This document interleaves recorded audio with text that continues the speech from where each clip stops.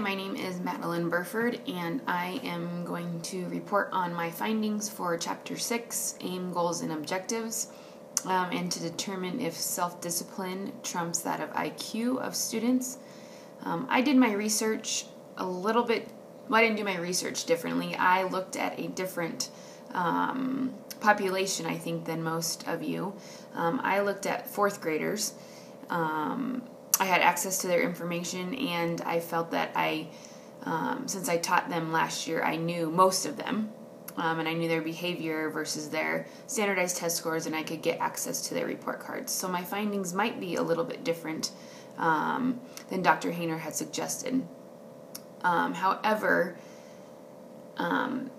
the demographics in my elementary school, we have 411 students in grades K through 5. Of those 411 students, we have 54% Caucasian, and we have 40% Hispanic, and then we have 1% African American, 1% American Indian, and then 1% Asian. Within that population, we have a 14% mobility rate, and we have a 4% English language learners. And that information was off of our Nebraska Department of Education website. And so then I looked at the data from our fourth graders from last year, 2013 and 2014. And there were 54 students in that class. And from those students, I looked at their NISA test scores, which is our Nebraska State Standardized Tests, assessments, I should say. We had, and I just looked at if they were exceeding. If they were exceeding, they usually would get, it's about, I would say, an 85% or above percentage on their assessment. And we had, out of the 54 fourth graders, we had 12 students that had exceeding on both math and reading. And out of those 12 students, we had 7 students that were identified as our high ability learners.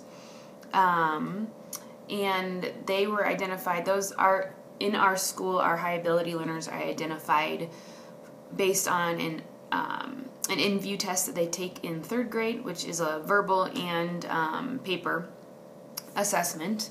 And then they have to get a certain percentage and a certain score and meet certain criteria in order to be identified as a high ability learner. They can also be identified based on their NISA scores if they receive a 94% or above on either math or reading or both. They can be identified as high ability learners. So all of those 7 students that received those exceeding scores were already identified as HALs. And then I looked at just math assessment from 4th grade in the NISA, and we had 9 students that exceeded in just the math portion of the NISA test, and we had also 9 students that were different that exceeded in that had an exceeding score in the reading portion of the NISA. Now, because I know most of the students, I would say that elementary is a little bit different than middle school or high school, because I feel that students want to appease their teacher, and so they definitely work harder.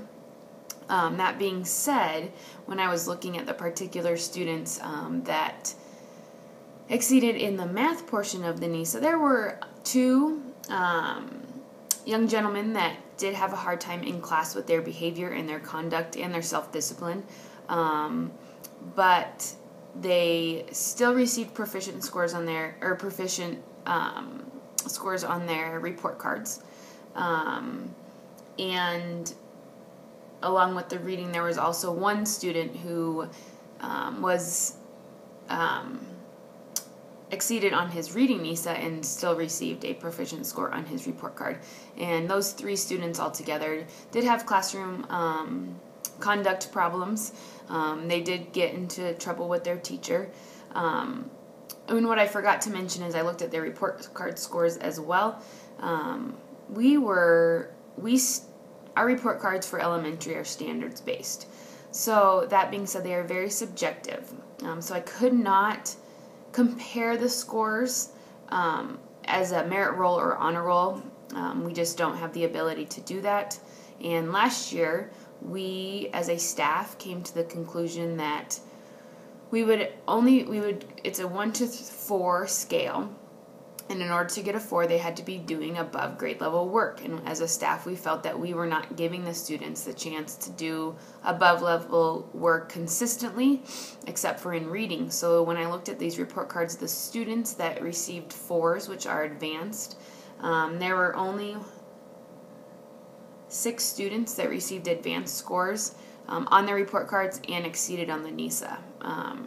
So standards-based scoring can be very subjective, and I think it depends a lot on the conduct of the student in the classroom. However, elementary teachers are supposed to be teaching the content, but also teaching lifelong lessons, as we all are. But I think that elementary school teachers not coddle, but help the students more so than middle school and high school teachers, and I maybe give them more chances to turn in assignments or help them with their work. And maybe, I know I look for students who can turn their assignments in, try their hardest, and show me what they know.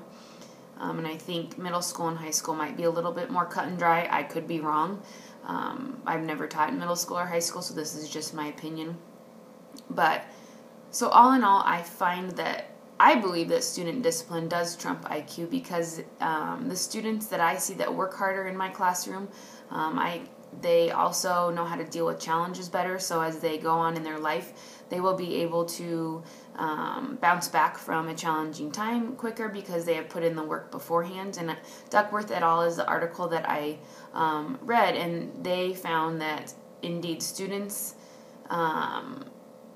conduct did in the classroom did sway their report card more so in their hard work, and then the higher IQ students did do better on the standardized tests. And they also found that, or they also believed that students who applied for colleges and had a better GPA might be a better candidate for a student in college. Those students with a better GPA have consistently met the standards of a high school, and those students that maybe just did well on their SATs or ACTs, that doesn't prove much, and they didn't have a great GPA, might not be a candidate for a hard worker. So in conclusion, I do think that standardized, the students with good self-discipline does trump students with a better IQ, because they tend to work harder, and they tend to try their best, and they tend to follow procedures and rules within the classroom and within their daily life, I'm sure at home, with their parents as well. So I know my findings were a little bit different and maybe more vague, and I didn't have as many percentages as others, but looking at an elementary school was very subjective, and I based my opinion on my experience with these students and my teaching partners' experiences with them as well.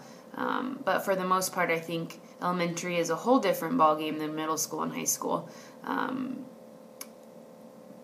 grades and students. So, thank you.